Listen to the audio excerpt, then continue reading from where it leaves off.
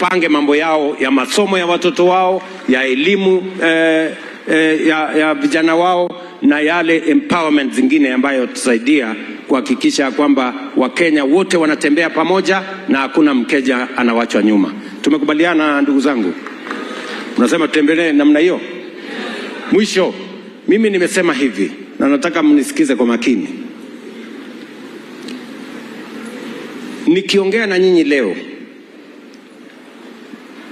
bado hatujafika mahali pale ambapo wale walianzisha taifa letu wangependa tuwe. Bado tuko na changamoto.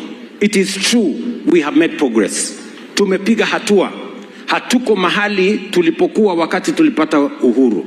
Lakini we could do better.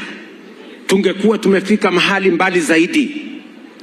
Na kwa sababu tuko na nafasi, tumeona yale yanawezekana, tunaweza kusahihisha makosa iliyopatikana kwa mambo ya elimu. Tumesahihisha pale kulikuwa na upungufu kwa mambo ya afya. Tumesahihisha mahali tulikuwa na matatizo kwa mambo ya elimu. We can now move together.